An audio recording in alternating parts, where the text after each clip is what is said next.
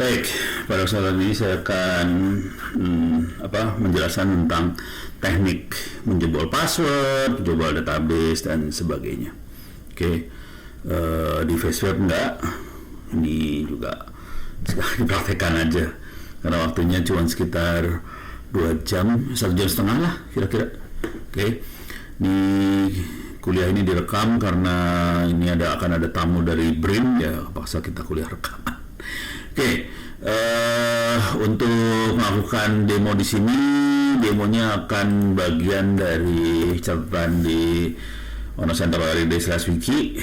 Materinya ada di DVWA. Jadi bagian DVWA akan saya coba kasih lihat ini command injection. Mungkin brute force login juga akan dikasih lihat tadi, cara menjebol password login, kemudian SQL injection, apalagi ya itulah. Oke, jadi saya akan kasih lihat beberapa yang ada di sini. Ada command injection, ada brute force login, ada SQL injection, cross-site scripting mungkin enggak karena waktu mungkin enggak cukup.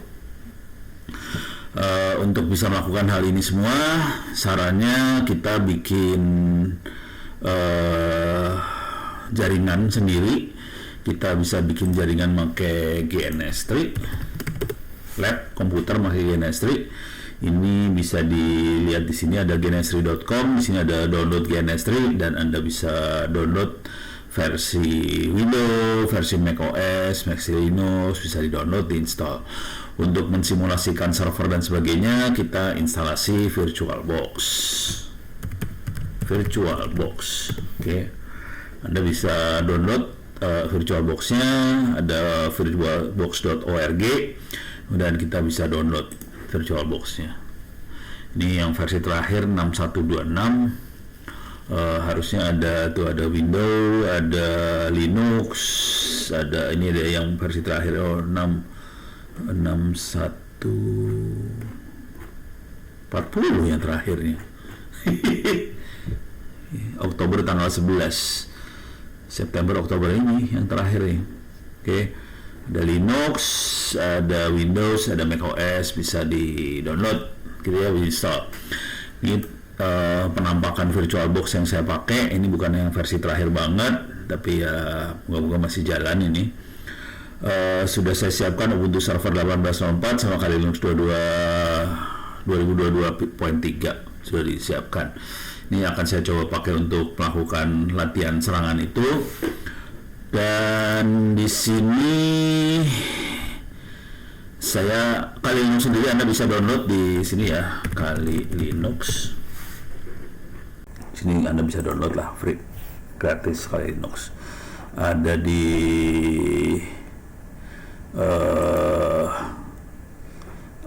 di Windows, macOS, Linux dan sebagainya, bisa di-download gampang.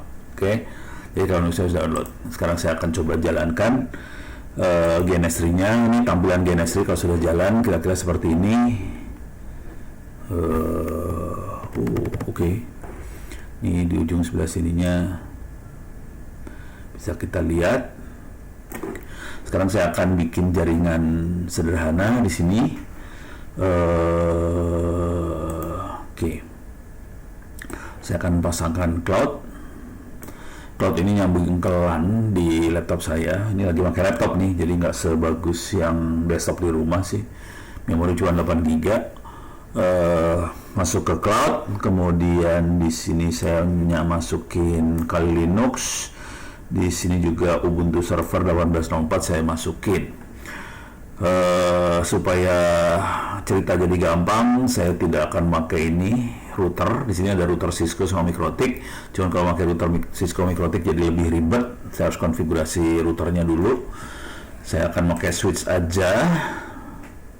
Switch taruh di sini. Oke. Sekarang kita akan coba sambung-sambungkan labnya. Jadi saya punya sambungan dari switch ini ke cloud. Oke, nyala sambungannya langsung. Saya akan sambungkan server ke switch. Juga saya sambungkan Kali Linux ini ke switch. Oke. Sekarang kita coba jalankan. Mudah-mudahan nggak masalah nih. Kalau masalah pening kepala.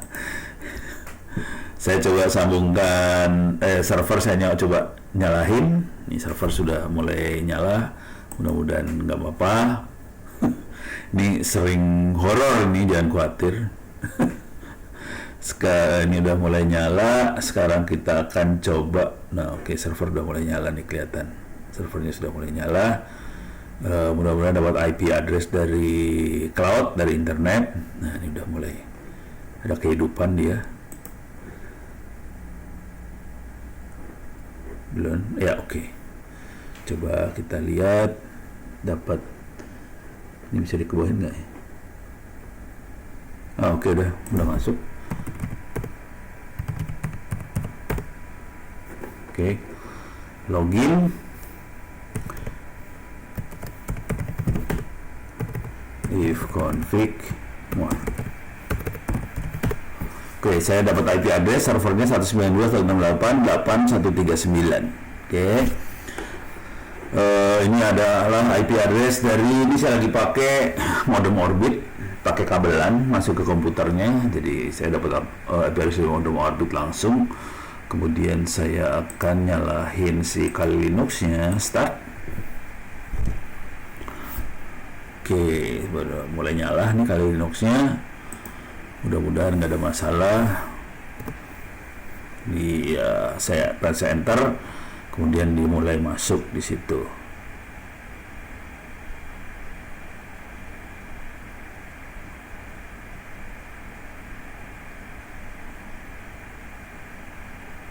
Oke, dia lagi loading.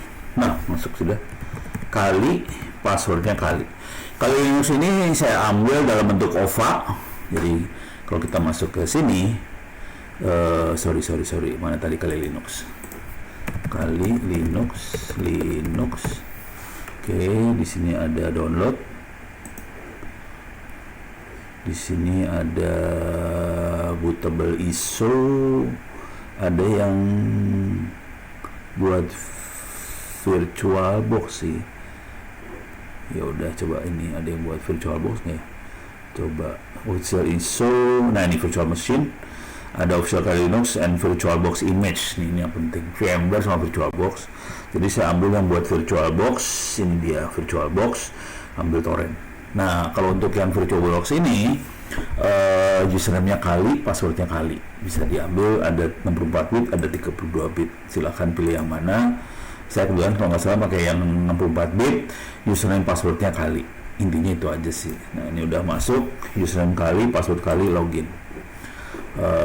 Oke, tadi servernya 192.168.8.139. Di sini nasi butik. Oh, udah keluar saya. Ini dia makhluknya di atas.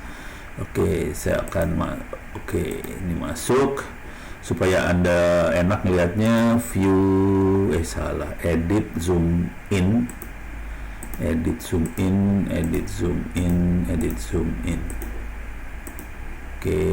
zoom in. Oke. If config more. Nah, ini kalau kita lihat dia dapat IP 192.168.829, sementara yang di sini adalah servernya 192.168.8.139. Oke, coba kita ping, clear layar, ping 192.168.8.139. Oke, bisa di ping, jadi kita bisa komunikasi ke server.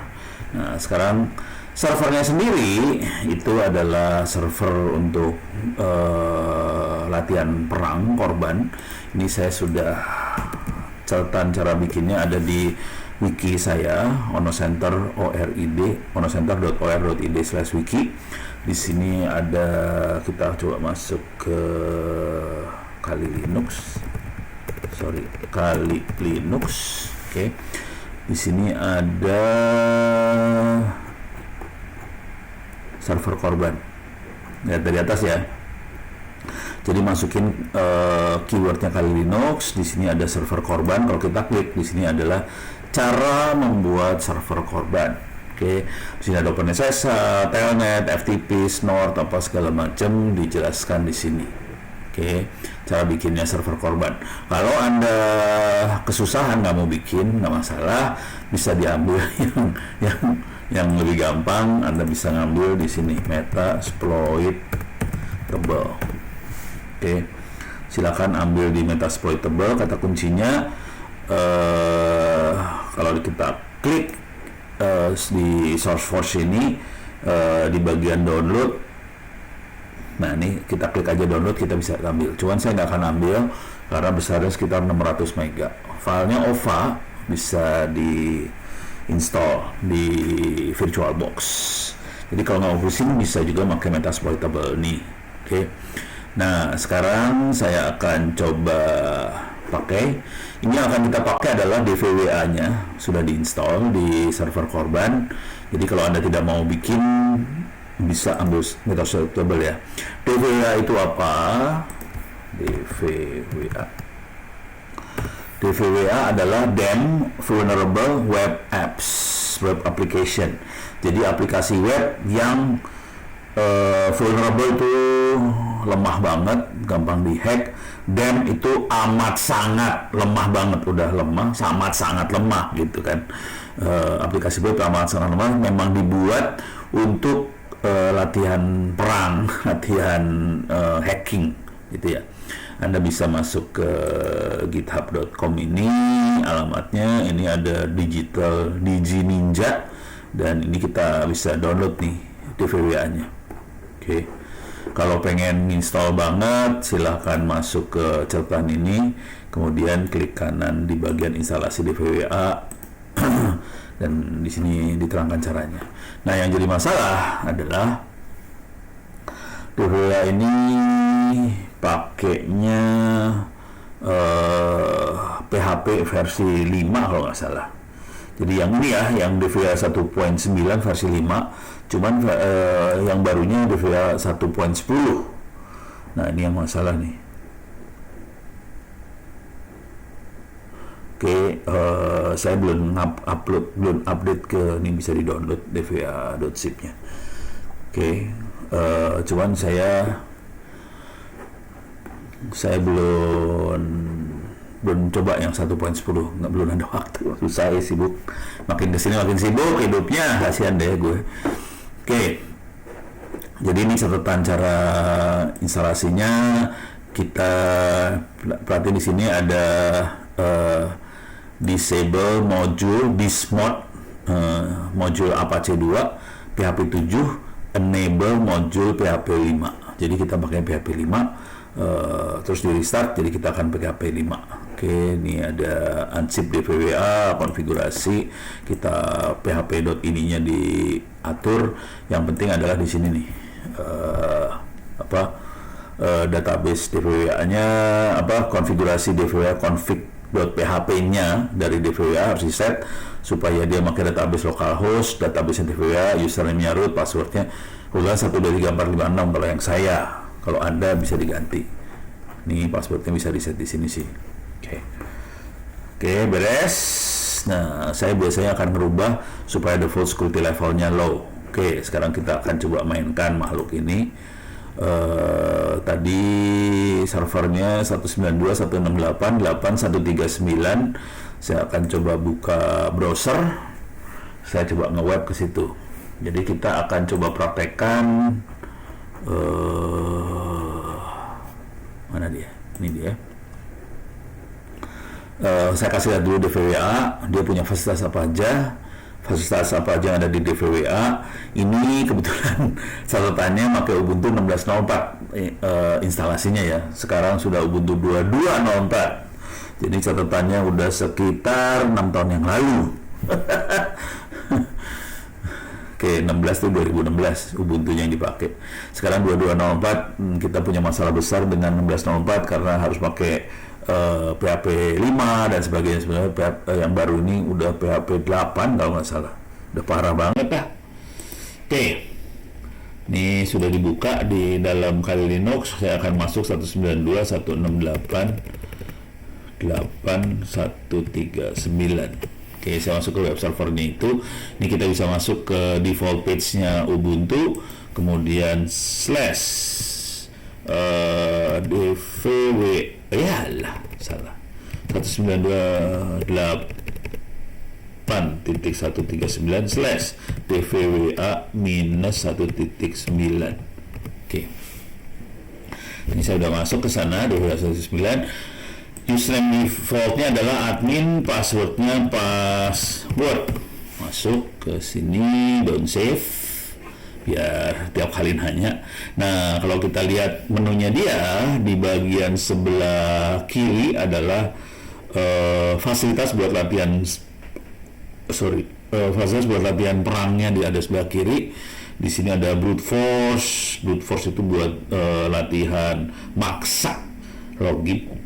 Nih kita lihat ada username password buat maksa login. Kemudian ada command injection itu buat ya ini yang benar kejadian.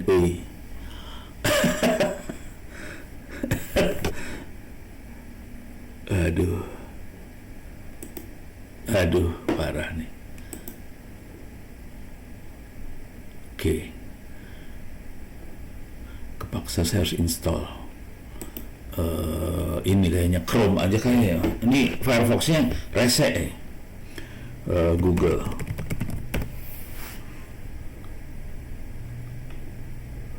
Coba kepaksa nih. Ini di luar skenario Chrome dikali Linux 2022.3.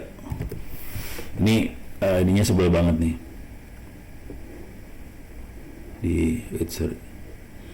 How to install Google Chrome in Kali Linux 2023. Oke. Nih masukin ke wiki saya juga lah, biar itu ORID/wiki, biar catatannya ada di wiki juga lah, kagok. Oke. Chrome browser ini mau saya ganti ya. Jadi cara install Chrome-nya gini, cuman coba kita lihat. Saya akan coba. Aduh, Firefox-nya mati lagi. Quit Firefox. Ini Firefox-nya mati dulu nih. Wah, kacau nih Kali Linux. Kali Linux yang ini ya, atau reinstall Firefox bisa nggak? Linux remove Fire. Kalau nggak ini aja lah, tutup biar gampang. Ini susah, ini jadi kacau nih. Saya lupa emang saya ingat ini ada masalah di Kali Linux 2022. Rupanya masalahnya di Chrome-nya. Jadi Firefox-nya. Kali Linux Chrome. Udah gini udah panik nih. Soalnya browser nggak jalan kan, pening nih Pak. Download Chrome dari sini. Oke, ini gimana caranya supaya saya bisa ngerjain itu? Aduh, supaya bisa ngerjain ini. Ini coba ya, kita akan coba. Mudah-mudahan bisa dikerjain. Coba biasanya di dalam Kali Linux ada SSH sih. Setting. Coba masuk sini, sudo su kali etc ini.d ssh, salah, open.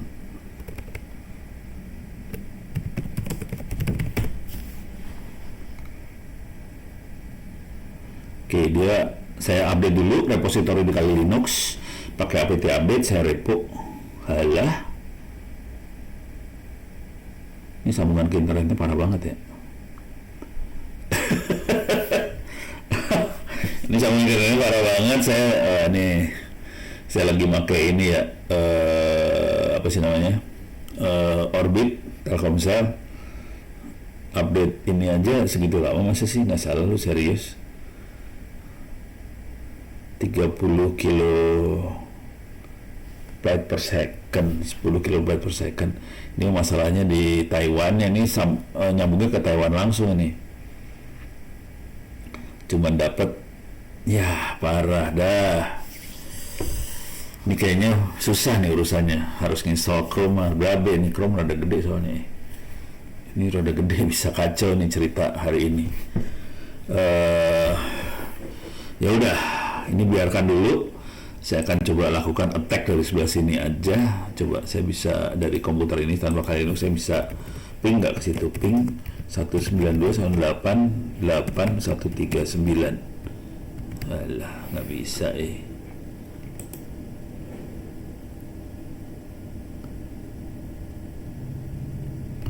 nggak bisa shutdown. Oke, settingan ini nggak bisa dipakai karena si siapa namanya Kali Linuxnya bermasalah dengan browsernya. Ini saya sudo saya shutdown dulu yang ini juga.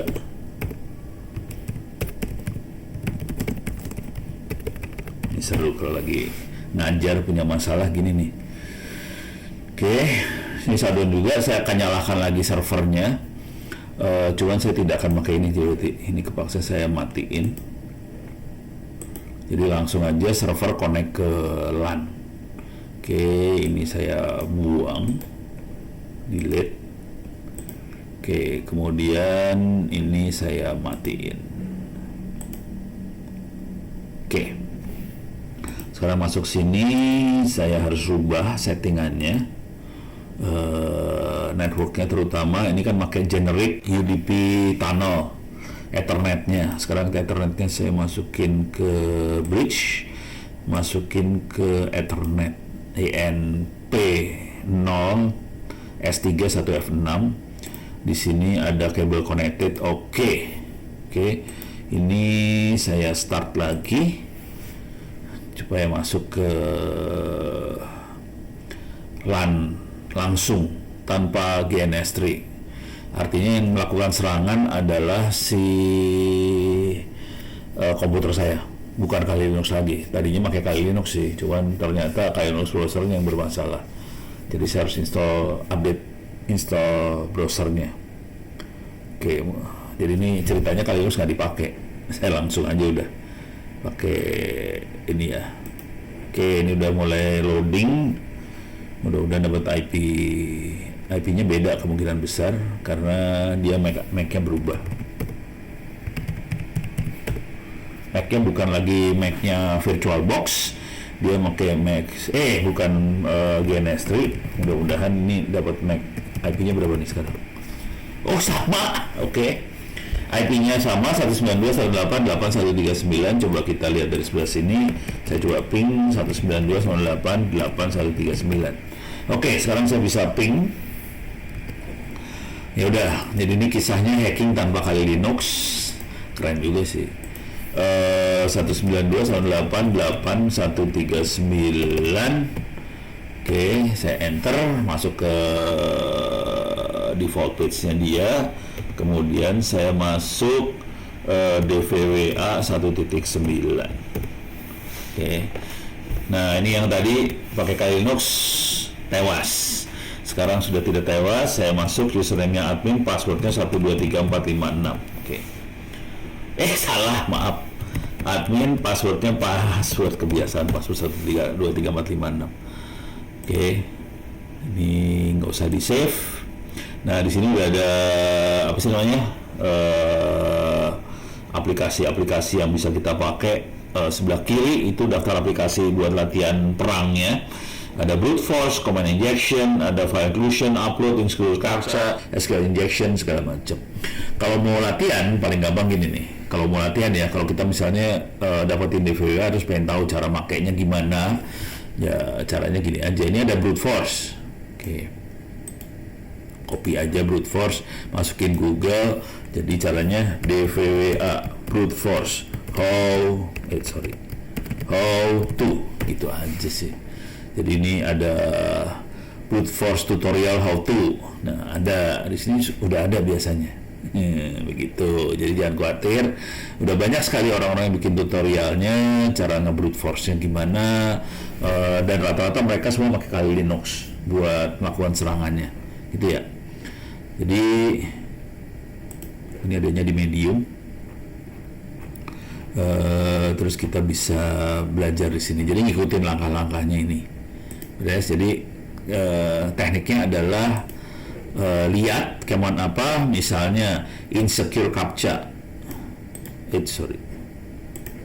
Insecure captcha, copy. Kok pilih address lagi bego. Diketik aja lah, udah. Jadi ada kata kunci DVWA-nya, terus insecure captcha tutorial gitu juga boleh, tutorial, ngikutin Google aja lah. Nah, ada yang pakai YouTube langsung keluar. Oke. Kalau Anda lebih nyaman dengan YouTube, silahkan diklik aja YouTube-nya. Saya jujur saya lebih nyaman dengan baca. Kalau Ono sih caranya baca sih.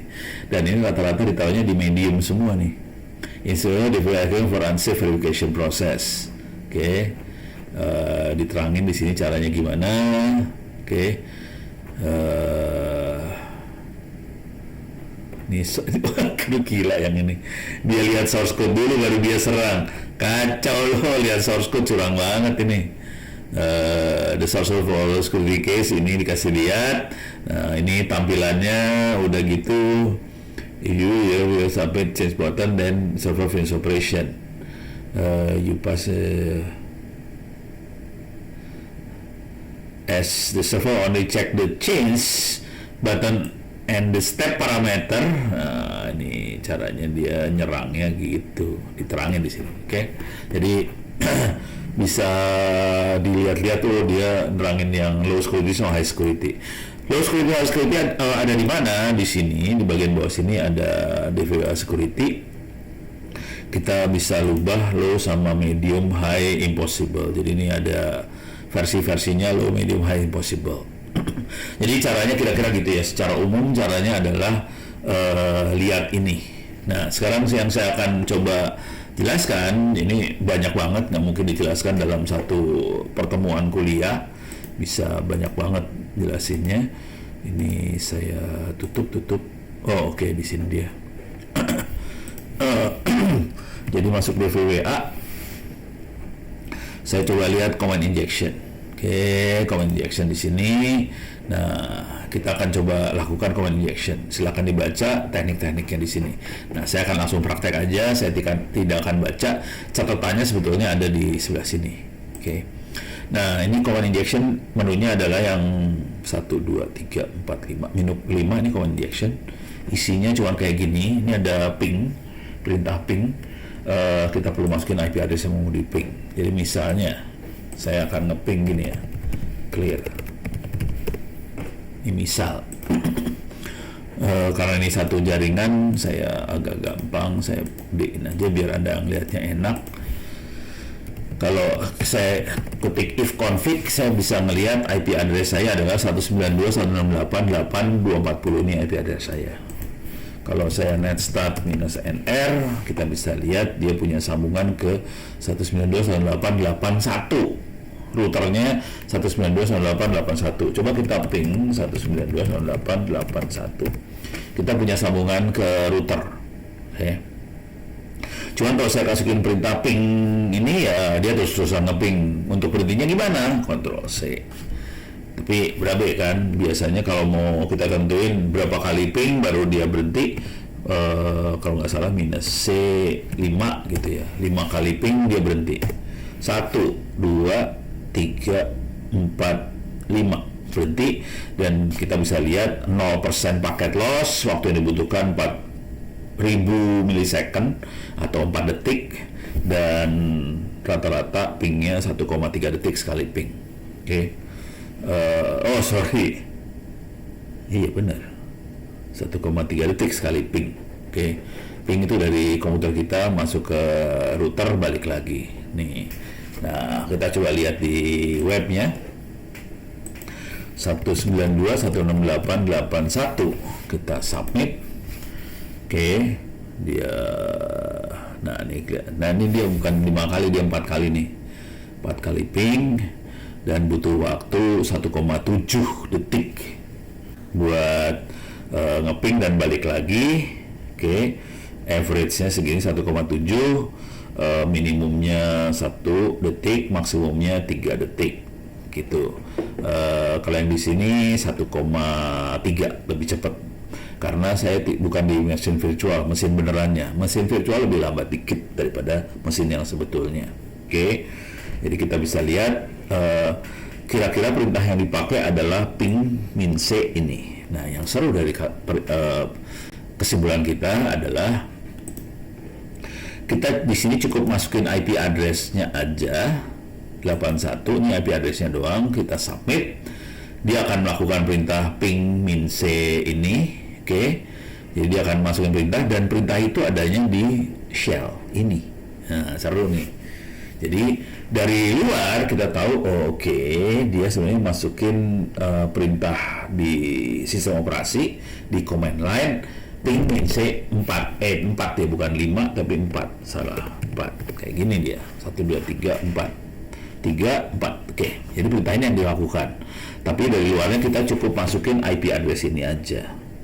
Nah, command injection adalah mungkin nggak kita dari luar masukin perintah lain selain perintah ini. Misal